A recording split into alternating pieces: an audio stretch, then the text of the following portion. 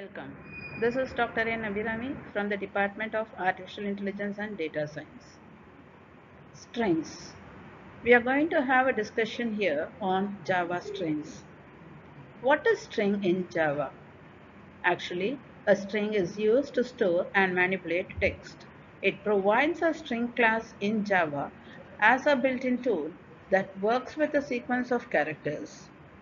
One key thing that we have to keep in mind here is strings in Java are immutable. That means once a string is created, it cannot be changed. So strings in Java is a built-in class for text which is immutable, and it is stored as a string pool for memory efficiency. Creating strings. There are two ways we can have here in Java to create a string. One is using the literal, like a string name equals to the name of a person. And this particular type of usage stores the string in the pool. Another way is using the new keyword, which will create a new object in memory even if the same content exists in the pool.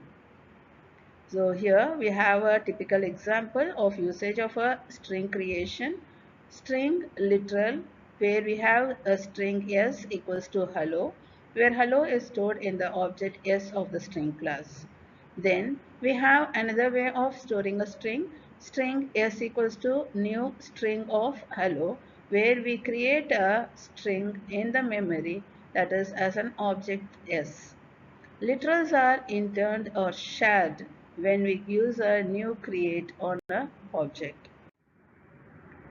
Common string methods in Java.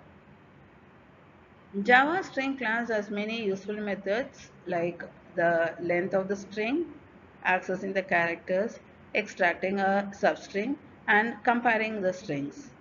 Here are some examples of a string method in Java. The length of the string is being calculated using the method length.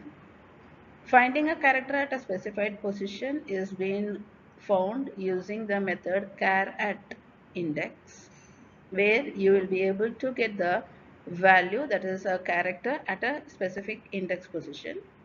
Substring, we can extract a part of the string starting from the start to the end that we mentioned inside the method. We have equals or equals ignores case. That means to find whether the two strings are equal. If you are using equal ignore case, that means two strings irrespective of the type case, you will be able to find its equality. toUpperCase is to convert a string to a capital letter, that is the uppercase form. You have the toLowerCase, which will be converting the given string into a lowercase, that is small letter alphabets. Some more methods of the string in Java includes index of, where we are going to find the index of a particular string, replacing a character at a particular position with a new character is done using the replace method.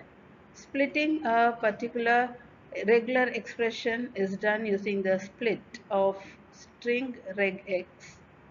Trim is to remove the spaces which are being introduced before and after the string. Concat is used to add, or we say combine, two strings into one. Why are strings immutable? Why Java make a string immutable? It isn't a random one. It is actually used to improve the performance and safety of a string.